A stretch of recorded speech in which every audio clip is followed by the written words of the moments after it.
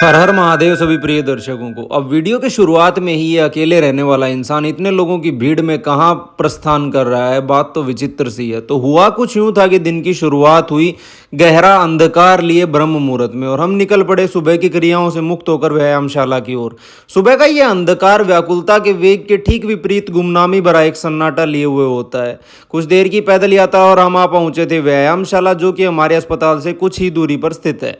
सुबह का ये समय बड़ा ही जल्दी गुजर जाता है, क्योंकि अस्पताल खोलने का समय होता है सुबह 7:30 बजे, और मरीज उससे भी पहले आ पहुंचते हैं, क्योंकि हमारा काम है नाड़ी परीक्षण का, जो कि खाली पेट ही हो पाता है। तो जल्दी से अपना वजन उठाने का अभ्यास पूर्ण कर लेते हैं, जो कि हमारे पसीने छुड़ाने के लिए काफ़ी रहता है। अतः निकल पड़ते हैं घर वापस। आज वैसे भी हमें काफ़ी लंबी यात्रा तय करनी थी।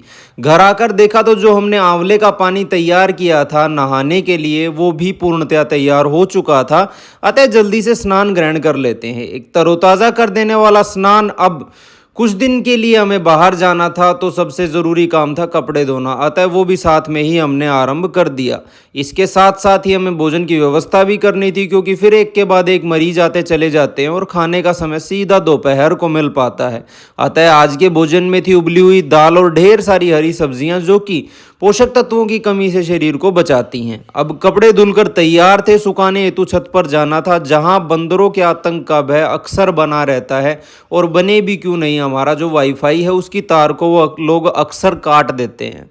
फ़ोन पर ढेर सारे परामर्श भी लेने शुरू कर दिए थे, और साथ ही शुरू कर दिया था दवाइयाँ बनवाकर बंधवाने का सिलसिला, जो काम आशीष बखूबी कर लेता है। इसके अलावा हमें घर की तरफ जाना था, तो घर पर भी हमें ढेर सारी दवाइयाँ लेकर जानी होती हैं। दोपहर व्यतीत होती है एक कड़क कॉफ़ी के साथ। ध्यान रहे, यदि आप चाय या कॉफ़ी आदि का निरंतर सेवन करते हैं तो कोशिश कीजिए कि इन्हें बिना मीठे के ही आप लोग पिएं। अब सामान बांधकर तैयार थे, क्योंकि हमें जाना था भिवानी। वहीं दूसरी तरफ प्रिय मोहित नैन जी को भी एक शादी समारोह में शिरकत करनी थी।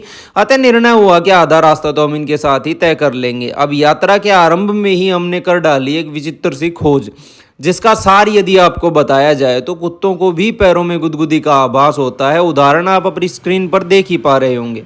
अब आधी यात्रा जैसे तैसे बोलते हंसते हुए हमने पूरी कर ली थी, क्योंकि गाड़ी का सफर हमारे लिए घुटन के अलावा कुछ नहीं लेकर आता है। यात्रा का दूसरा चरण हमें पूरा करना था हमारे एक घनिष्ठ मित्र रोबिन के साथ, जो आ पहुंचा था हमें लेने के लिए, और यहीं से हमें मिली थी प्यारे पूची की जिम्मेदारी भी।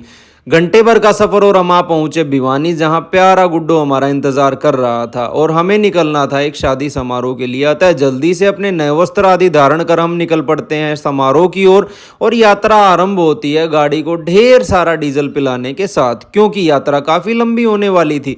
और पहला चरण संपूर्ण हुआ हमारे एक और प्रिय मित्र सतेंद्र के यहाँ पहुँचकर, जो अपनी शादी को लेकर खासा खुश दिखाई पड़ रहा था।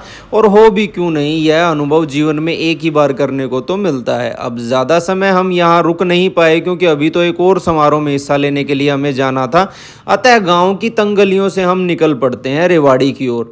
गांव का माहौल हमेशा ही अपनेपन का एहसास अपने अंदर समेटे हुए होता है। वो अलग बात है कि 3-4 बार हम रास्ता भटक भी गए थे, किंतु प्रभु इच्छा से शाम ढलने तक हम आ पहुंचे थे अपने गंतव्य स्थान पर, जहां हमारे दोनों ही प्रियजन, हमारी प्यारी बहन और प्रिय मोहित नैन जी पहले से मौजूद थे, और शादी समारोह का आनंद लेते हुए हमें नजर पड़ रहे थे।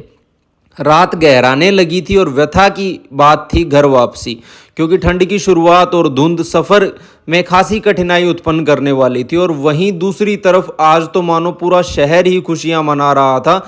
हर तरफ जगमग कर देने वाली रोशनी थी, और सड़कें भी भीड़ से खास तौर पर भरी हुई थी। इसके अलावा एक और दुविधा की यदि बात की जाए तो पुची घर पर अकेला था, और खासी व्याकुलता का सामना उसे करना पड़ रहा होगा, ऐसा हमें बार बार विचार आ रहा था। तो पुची की छोटी छोटी शैतानियों के साथ ही खत्म करेंगे आज की कहानी को। आप सभी को मेरी तरफ से रात की राम राम।